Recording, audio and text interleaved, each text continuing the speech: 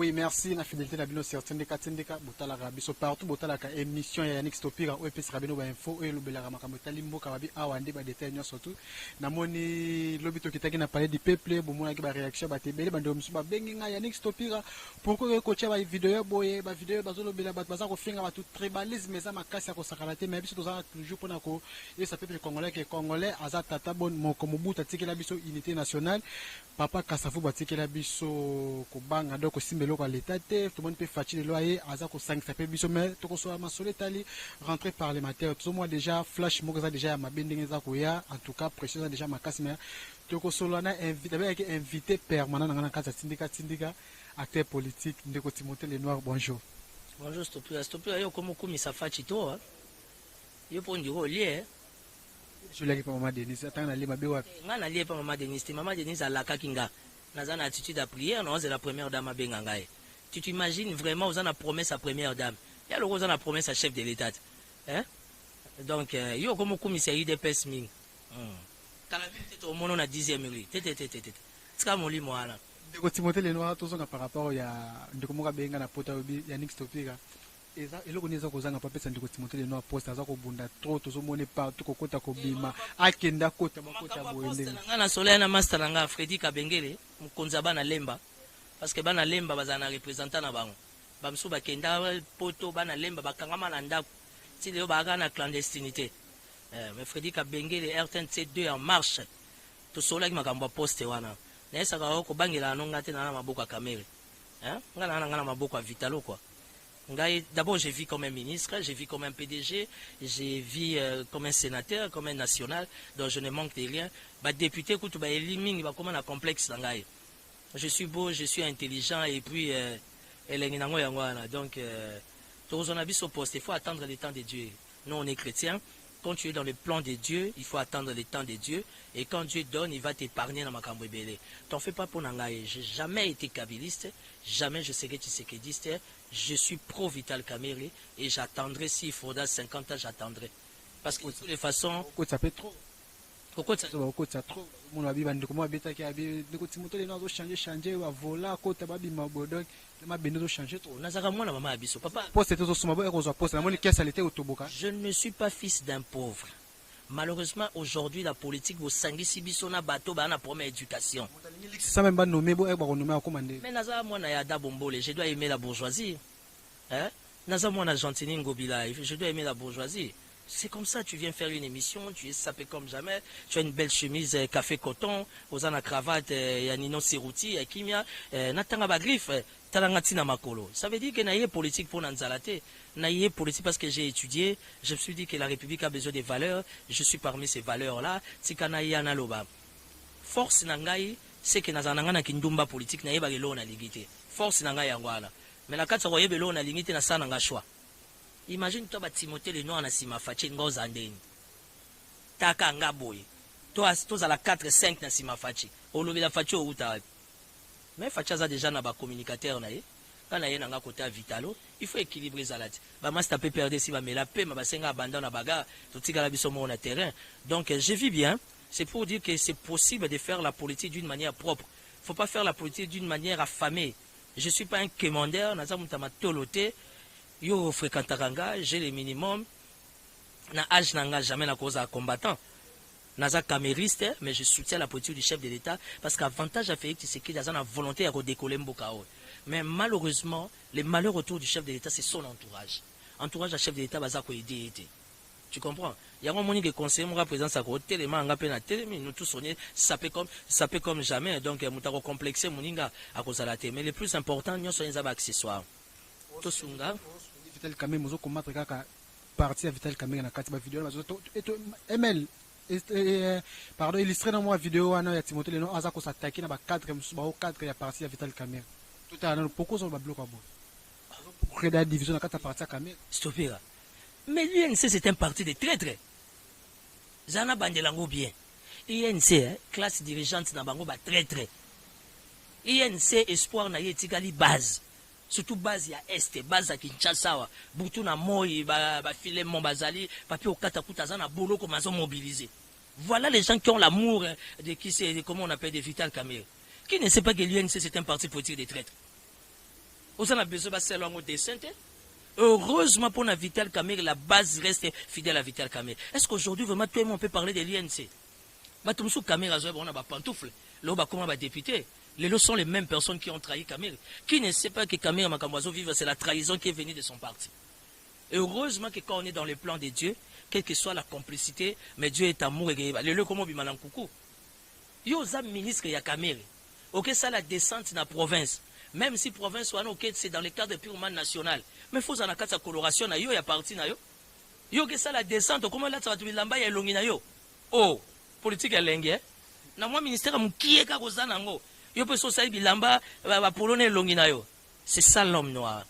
C'est ça l'homme politique congolais, l'ingratitude. Aujourd'hui les gens bazo bete la Fatima Maboko parce qu'il est président. Ceux qui quinquennat na ye s'il a eu deuxième mandat. Au moins ande bato ba okima e, yango moni na respectera FCC. Kabila n'est pas au pouvoir, conservant sa majorité, les FCC restent fidèles à l'autorité morale. Il reste à vérifier aujourd'hui ceux qui quinquennat ici, Fachi a organisé l'élection et que challenger à Moutoumsou Sazu, de côté à Sobato, à flatter chef d'État, le Ozaka Nassimane. Moi je suis pas un flatteur, on a les cas étapes. De côté monter les notes par rapport à arriver à. L'INC appartient à traître. Tu premier traître. La classe dirigeante de l'INC est une association de traîtres. Heureusement que je respecte la base de l'INC. La base de l'INC au Congo central, à Goma, à Bukavu, partout. Na Kindu, n'en parlons même pas. Même dans les deux cassettes, les grands bandundus. Il faut vivre et voir la force de l'INC. Pourquoi? Parce que la base croit en Vital Kamerhe et croit à son combat. Mais quand tu me parles de l'INC avec une classe dirigeante, il y a pas traite. Ndeko Timothée Lenoir arrivé à Denis Sassou Nguesso qui malgré qui m'attend à tout le monde, bakutana fachi tout le monde pe na matanga wana Jean-Pierre Bemba na maman Liliane à côté, maman Olive bazo so na maman Liliane maman Liliane Bemba comment na harmonie wana ezala ko lobani. Je suis très ravi. J'ai aimé ce qui s'est passé hier. Et Fachi lobi azaki na matanga pour nous soutenir papa Dengues moi na moi Baga parce que Denis Sassou Nguesso aujourd'hui en Afrique il y a rien à dire hein. Aujourd'hui en Afrique, même si Denis Sassou Nguesso n'est pas un ange, mais sa participation dans le conflit au sein de l'Afrique d'une manière générale, plus particulièrement dans le Grand Lac, aujourd'hui Denis Sassou Nguesso c'est une valeur. Et je demanderai au peuple du Congo-Brazzaville de donner encore la chance à Denis Sassou Nguesso, Papa Dengues, moi et Baga. Parce que quand tu arrives à Oyo, non seulement tu vas manger, mais tu vas emporter aussi. Et le Congo-Brazzaville, il y a beaucoup de choses qui se font en termes d'amélioration, c'est parce qu'il y a de l'expertise et de l'expérience dans Katia Sassou Nguesso. Sassou Nguesso aujourd'hui, il n'a aucun intérêt RDC à diviser. Ce qui RDC a divisé, la prochaine cible c'est Sassou. Après Sassou, ça sera Lorenzo. Donc Sassou est un homme d'esprit, un visionnaire, ne peut que vouloir la quiétude, la paix, la communion en République démocratique du Congo. Donc félicitations, famille Fachi avec sa femme, Maman Denise, qui a apporté l'assistance. J'ai aimé l'attitude de Maman Denise vis-à-vis d'Olive Lembe, elle s'est inclinée. Mais les petits esprits, qui ont interprété, on a ndenge na bango. Or, ce qu'a fait Maman Denise, est là, bobo sanaka, aza mwasi ya muluba. Et pas baluba discipline et za de rigueur. Et pas baluba discipline et za komekate. Alors, on a discipline. Et puis, on a cadre et un principe protocolaire. Maman Olive Azaki, déjà première dame avant. Donc, au nom de la politesse, au nom de la maturité, elle ne pouvait que s'incliner. Et moi, je félicite la première dame, Denise Nyakoyo, je la soutiens par rapport à cette attitude très responsable. Première dame, face à la boue. Stupira. Batango banani ba yebi politique. Bino bozabon ko ba combattant. Ba combattant ba yebi politique. Mutaza na 60 ans, Moussata na pour Mukanda, a yeba politique ndeni. Ce qu'a fait Maman Denise, c'est un principe de maturité protocolaire à reconnaître grandeur et à Olive, parce qu'Olive a vendu 18 ans. Il a vendu un an à 2 ans. Écoutez, ne l'autre parce que première dame Bazami Balete, première dame honoraire à Zakate, première dame Azaka Moko, c'est Denise Nyakeo. Au nom de la grandeur, elle s'est rabaissée pour appeler sa Olive Mbote, appeler sa maman Liliane Bemba Mbote. C'est ça la grandeur d'une femme. Et moi, je suis très fier de Denise Nyakeo. C'est ce que nous attendons de la République. Bolo bagabasi batonga mbokate, lobi basi batonga ki mboka na messe. Na mamoli di matin nous ratay que tobeka que Bemba na Kabila Simbarate basi bone ba coopérative. Non. Bolo bagabasi batonga mbokate. Oyebi que il faut rappeler à madame Angèle Kanam que j'attends la confirmation de mon rendez-vous parce que il faut nazala reçu na nini comment on appelle ça na Kingakati. Malamu siko ya Kingakati bandiko so babaye yo bandiko babaye déjà ba moni ba comme au même mikoloko Timothée Leno babi ozo bamakamba bien ozo bundela mboka mais bamone so na kinga kati bamone so ko babayenga na carburant hein batindela ngati bango bato babayenga la rentrée yango na bana 4 mais fona zongisa 16 bana na classe bango bato babayenga babando finga à l'intérieur batindela mbonga rentrée scolaire alors bango bato babayenga principe la yoki te maman principe wana za ya 4 il faut bomba kae pour y aller transfert virement et ratara nangote maman principe que Dieu vous bénisse et j'attends. Ça veut dire que j'attends la confirmation du rendez-vous chez maman Angèle Kanam parce que faut n'a pas maman Oro, maman Olive. Mais ce que ma belle na kingakati soko kei qui songi fait bout à mon quartier. Pour bah on a des camions. Maman Amida elle est concentrée pour la santé de son mari. Si. Maman Vital Kamere m'a jamais interdit d'aller voir quelqu'un. Le jour où j'ai été reçu par la première dame, Maman Denise Niaké, en sortant de là, j'ai fait un message à Vital Kamere. Il m'a dit félicitations. Aux hommes, on a grandi à Vitalo. Vitalo, aux oreilles, on a bas étage. Kamere, c'était un homme d'État dans l'âme et dans son esprit. Ça veut dire que les Noirs, c'est mon allié, mais les Noirs, il est politique et la République a besoin de les Noirs. Aujourd'hui, ceux qui n'ont pas Maman Olive, Maman Olive, je vais faire un rapport à Vital Kamere. Vital Kamere a des problèmes de santé. Vous savez, à la légèreté. Vous n'avez pas où? Donc voilà, nous sommes des partenaires, mais nous restons dans le respect des principes. Maman Amida na kenda rotale wana moyena lobezate. Toki mambangu ebi na kutana na maman Amida.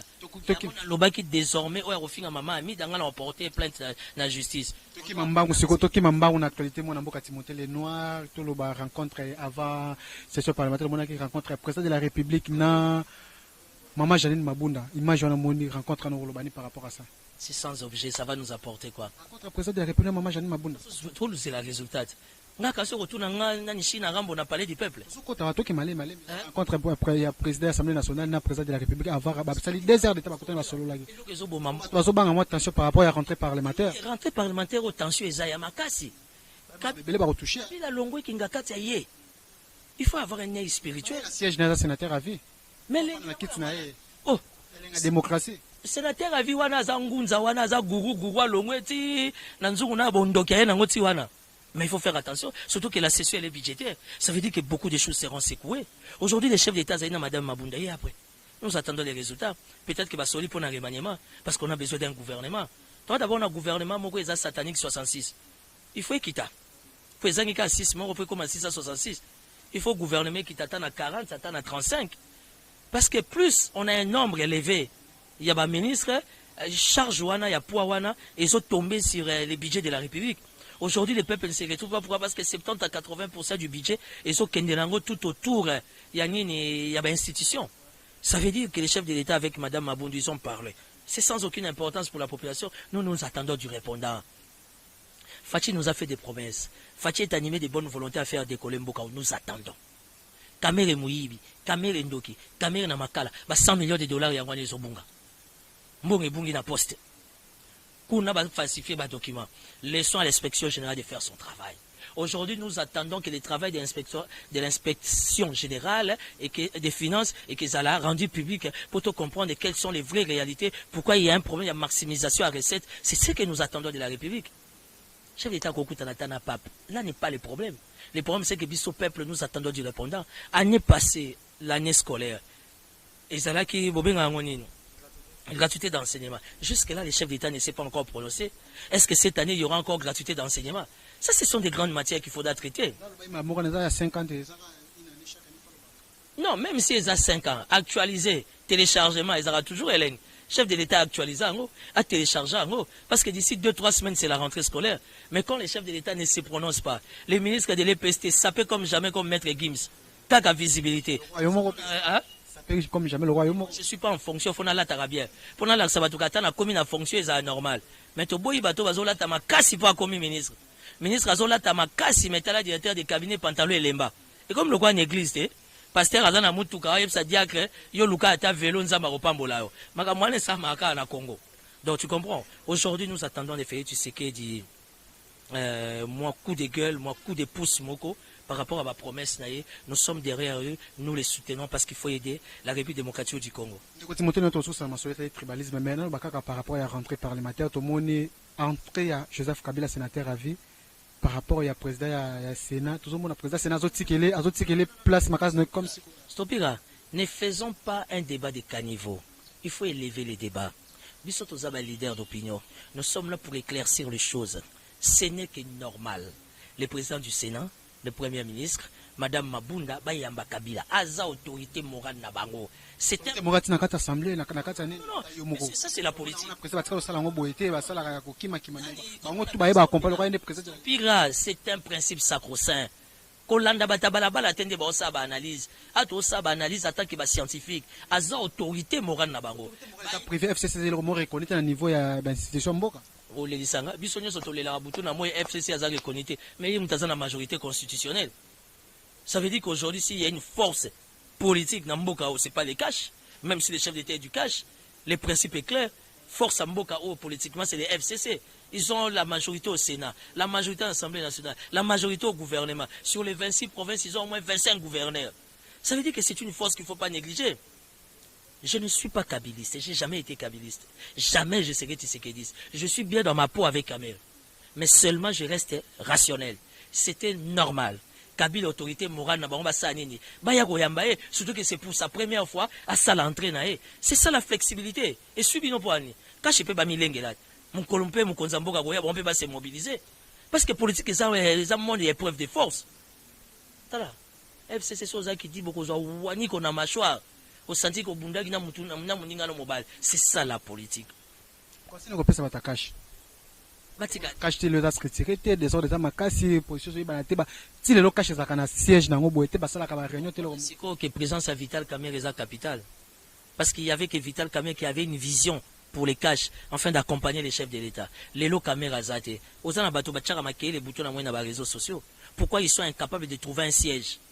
Félicitations à IDPS, j'ai fait passer un message IDPS à Yokingai, félicitations à Mukonzamboka, ça veut dire que IDPS a sali département pour s'occuper na bato nyonso ba bunda na Etienne Tshisekedi, ba koma ba handicapé, ba zo ba paralysie, ba zo ba problème de santé ya mutu, les chefs d'État a instruit, il y a un département ils ont répertorié bango de la manière que ba banda kozala indemniser, ba bénéficier na ba soins. Est-ce que ngana muta IDPS?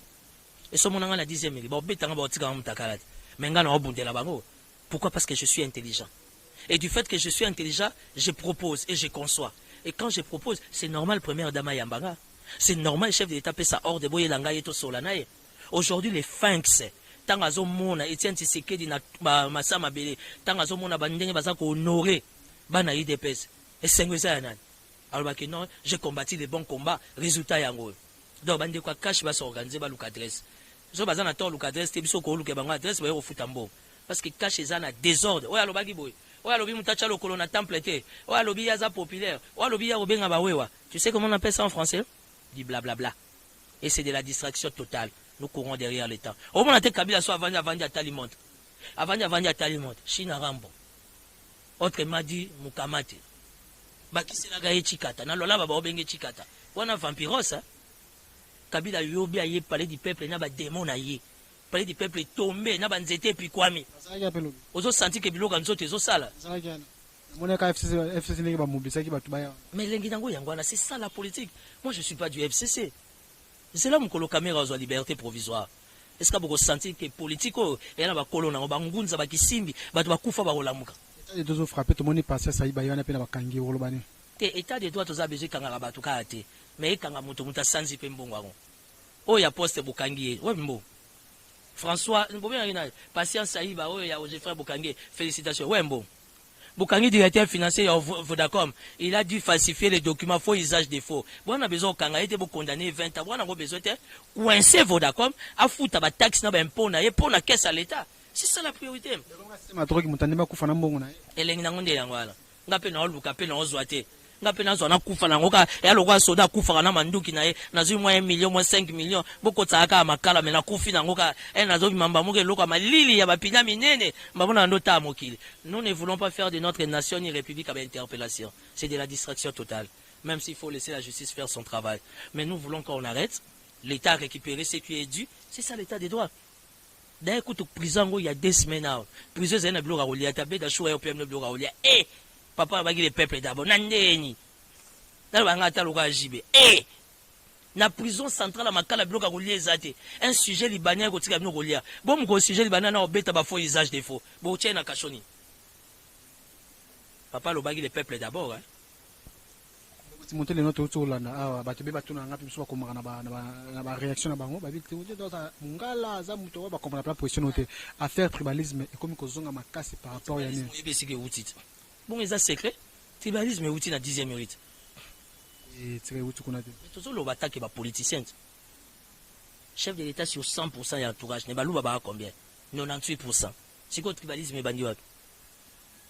Et pourtant, balou bate va voter qui? Il dépeste mute voter qui? Bison c'est obima qui n'a ma papa na sa mboula na sa moi toke voter facile le chef de l'État. Béran directeur de cabinet chef de l'État za muluba.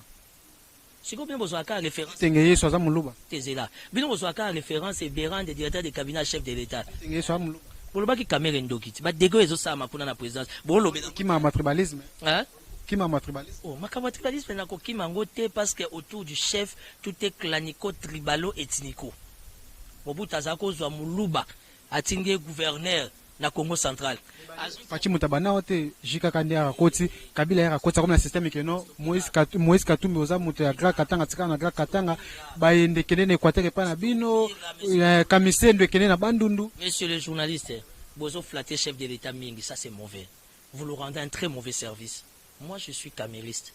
Au nom de l'éducation des bases, étant politique, je ne peux que soutenir Fachi. Mais pas dans des erreurs.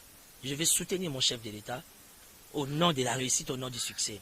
Le tribalisme est bandit autour du chef de l'État. Disons-nous de vérité. Et ça, Rofingate, mon Konzambo, en tant que père de la nation, garant des institutions, à Yungula. Depuis que le cabinet a changé, Bamsou va continuer à l'alina banganga. Moussou depuis Matari Mangenge na badadi. Si le cabinet a président, c'est bimaraté. Moi, je suis très à l'aise. À collège. Non, ngana présidence. Na collège. Est-ce que l'on a dit président? Et Simbate, pour nous écouter ma gambe belé, on a TV, l'on a bomingai. Nga vena nga calme na oza nga caméra azwanye mesures de grâce présidentielle. Pour chef d'État na choix, on a montourné à 4. On a montourné il y a dedans. Appelle dans les 18 si je me trompe pas les 18. Il n'y a pas de problème. Il est aussi dans ses droits santé et dérangés. S'il se sentira à l'aise, il sera là. Au cas contraire, avocat Bazawana. Kamere ne mourra pas. Il témoignera la grandeur de l'Éternel. Et Vital Kamere sera le prochain. Elengango yangwana. Bo bengana molimo tribalisme. Mobutu atika biso na bomoko. Basweli ba nyongi biso. Bazaki kutu modéré ba luba avec la wewatisation. Okoko lobela wewa na nzela te. Wewa zo tout ton encore. Mboke za ya biso. Biso batozo diriger mboko. Okomema nga wapi. Biso batoza ba luba te. Sors na biso ezani. Nous ne voulons pas babloka à tribalisme. Comme pas na tribalisme, nous disons non. Ongana bandundu fayulu, ongana muluba fachi, nous disons non à cette histoire. Et nous mungala bala mutu ya te ngala. Ngamoko d'abord nazana ba province belé. Naza d'abord père ami. Ça n'était pas douteuse, mais on a quelle là. Moko vraiment très douteuse. Il y a un moment makambo nationalité na kimango. Pour ngamona na katsa ba mélange belé. Mais le plus important c'est l'amour du Congo que j'ai. Ce que je donne pour le Congo. Pouvoir te rappeler majorité. Que te ngana zaka jamais tribal. C'est douteuse. Est-ce que yo zaka nanga ya tout moment? Au moins na entourage na zana ba yo d'abord mutete là. Ndeko lenga nkoy. Nazana Steve Kambanga, bobenga gena Muluba. Naza nani base belé ba Géone, nazana Ichokoko. Mutete là, na peka pembe na batete là. Margot Bandundu je crois. Bandeko nanga mo kutu ya oto tombe. Margot Muyembe. Bandeko nanga moko Sylvain nani comment on appelle ça Bandundu. Bandeko nanga moko ya bokila lokondo efape kato pembe nanga kubazaka te. Tu vois qu'en moi il y a rien à sens à tribalisme. Je suis marié à une femme qui est du Bandundu. Ma femme, elle est mouillante. Tu vois, moi, si mon renabo, comme ma multitude et comme il a un problème. Donc, le plus important, c'est que Félix Tshisekedi a une volonté. Mais Félix Tshisekedi a zonga Félix Otoye, baka chef de l'État. Oyazako Vanda Nakabuya, Nakaboun, Bruno Mavungu, tout le monde autour de lui, il y avait toutes les nationalités. Et au nom du Congo, quand il y a un ça ne va pas, on le dira au chef de l'État. Comme déjà presque dans ce cas entretien, on a beaucoup monter les noirs. Question pour la ville province de Kinshasa, Zan, nous aussi maté Gentinin Ngobila, c'est là ça saranate babi, comme on rappelle biso Yandre Kimbuta. Bakino boza koloka. Bakino ma bo vandi bo préférer André Kimbuta. Hein? Alors mboko faut ba prier. Qui ne sait pas que Gentinin Ngobila zana ba kroka jam na administration na. Qui ne sait pas que politiquement Gentinin Ngobila ba otchele bakal. J'ai publié les images des Zandu. Non, Zandu lelo mutazo girango yebanité. Le gouvernement, si je vous donne une information, le marché central de la ville de Kinshasa est géré par qui? Question mark.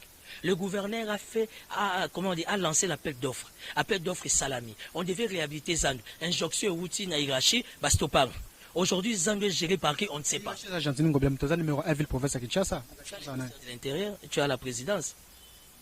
Tu comprends? Aujourd'hui, État ya Zandu. Faut retourner à la responsable de qui réhabilitation à Zandu. Zandu est comme lié fief, il y a Koulouna, il y a insécurité. Madame la pluie n'est pas encore tombée. D'ici une semaine, 2 semaines, Mboule et Banda. Est-ce que pourrons-nous encore mettre nos pieds dans le marché central? Qui gère le marché central? Et comme ils s'opèrent à Golam Kanaton, qu'ils ont bon à Bawinz. Aïcho Kokola Muka, il fait qu'ils sont. Maman Nani, oui, maman, ils aiment attendre à Londres. Aïe, Lelo, l'homme a mis la Zandu. Michel sera qui moutte zong. À qui on a un bon anigno. Comment on appelle Zandu? Gentini Ngobien s'occupe à Makambo Zandu parce que Bacheli Bakal, il observe et la force de Gentini Ngobien, sa femme n'est pas dans la politique. Vous voyez, il n'est pas politicien. Ce qui est comme moi, ça comme signé place là. Tout le monde a qui ça. N'attends comment monte. Heureusement que moi, ça, Gentini Ngobien, ça a fondation pour soutenir les plus démunis il y a très longtemps. Parce que Ngobien, à part du fait d'être gouverneur, c'est un patron, un entrepreneur, un homme d'affaires. C'est ça l'avantage. Tu sais, en politique, c'est important. Il y a Rosalana Moukonzi dans le secteur Moko. Oh, il y a déjà homme d'affaires. Ah, on a somme en bon côté. À Simba va monter en dernier. Mais ce que j'ai monté, on a besoin de ta veste à bien. Allah ta montre un détiangaï. C'est sur commande, hein. Allah ta chaussure et à croco. Il est dans les femmes. Ça veut dire qu'il va se distraire. Donc, nous avons porté parole à Ngobilate, Kinshasa, c'est une intervention à chef de l'État qui gère réellement les marchés centraux. Parce qu'aujourd'hui, les marchés centraux, et quand ils chivundu yiki, qui opé simbo ambo azui, et les gnango yangwala. Vraiment, Stopira. Stopira commis contre le gouverneur Mouyej. Hein? Non, mais quand on parle de la République démocratique du Congo, on parle du Lualaba. Oui, que Lualaba, c'est 4 mois, 6 mois, 8 mois, va chanter Zobaksama. Tout le monde a poigné. Redevance minière. Félicitations à Joseph Kabila. Il faut l'andapé qu'on a bien. Oui. État de droit, c'est un Lualaba et Bunganzela. Pour que écoute à chantier. Écoute à société à Sika, Banzela à Sika, boulevard du temps de justice au Makuna. Donc, état des droits, à mon avis, que ces jours, Mogo Yapamba, vont maison à Kinshasa. Ça veut dire qu'au là-bas, le code minier a été bien traité à l'époque de Kabila et les redevances minières, ils ont profité dans la province. Explosion à là-bas, parce que les redevances minières, ils ont bénéficié dans Bango Moko. Avec un gouverneur qui a la prise de conscience, avec les moyens de bord, il y a un moment réussi ça. Donc, félicitations à Richard Mouyej Manguez. Par contre, Kinshasa, volonté, ils allaient, mais moyens, ils allaient. Pour Kinshasa, sur Meka, il y a un agneau à télémélio. Meka, ton agneau à télémélio. Ngobile est bloqué. Na évité que Matamasoua, wana mona e. Pour na mona Masoua, moi, on a confiance de manger des projets. Tam sur na 2023, on a président. Faut na milengela. Na zane na souci na kende pas ma weja. Na Kasaï. Faut na que visiter Kasaï. Non, en 2023, je serai candidat président.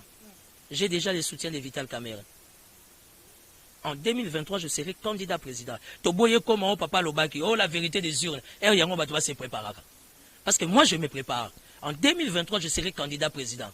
Et ça va scandaliser les gens. En tout cas, merci à Bano Soto Botala Kibiso na kata Tindika. Merci à mon vieux Kwamisha Kana Londres, Mami Lise Matondo, Mima Wetu. Mon vérifie qui sommes et papi Kelly, patron Tindika. Merci à GR, merci à Mike Luzoladio, merci. Ongo Basaliso. Ça va benginga. Babina yebisa fachi béton pour l'insécurité à Kinshasa, on a besoin à général Elvis Nawej. Oh, on a le makamnanga. Mais Sopi Robi que vous avez problématique, hein. Si on a comprendre que comment on a il y a des problèmes, il y a des trahisons. Moi, je te dis que l'opinion, Bachenga Panzi Likolo Timothée de nous transmettre un message. Parce que l'avantage avec Fachi, c'est écouter. Il sait écouter la voix de son peuple. Ça, c'est la force des bétons. Bana Kinshasa, bazo senga général Elvis Nawej Palanga. Parce qu'en sécurité, on a Kinshasa, ils ont un contrôle, une expertise, une maîtrise à terrain, enfin que tout soit sécurisé. L'année prochaine, 2021, nous aurons les Jeux de la francophonie. Non, insécurité, oui. Ministre Guillaume Manzolo. On va recevoir plus de 10 nationalités.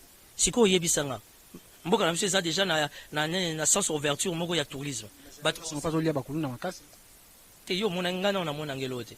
Ngana ibika ke bazo kidnapper ba abasi, bazo violer ba on a moi, bazo longa ba abasi ba plante, pince na luketo. Na éviter ceux qui ba roulage ba komi ba tasnel ba tambo na ba pince. Ça c'est ce que moi je sais. Il y a un moment qui ça va yebsinga, yebisa mu konzamboka, tous on a besoin général Elvis pour Kinshasa vraiment osenga intervention ya makasi. Voilà. Yakuza ya elengi nango ya ngwala. Bo s'abonner toujours à Tindeka Tindeka na tiki bino mbala sima. Ciao.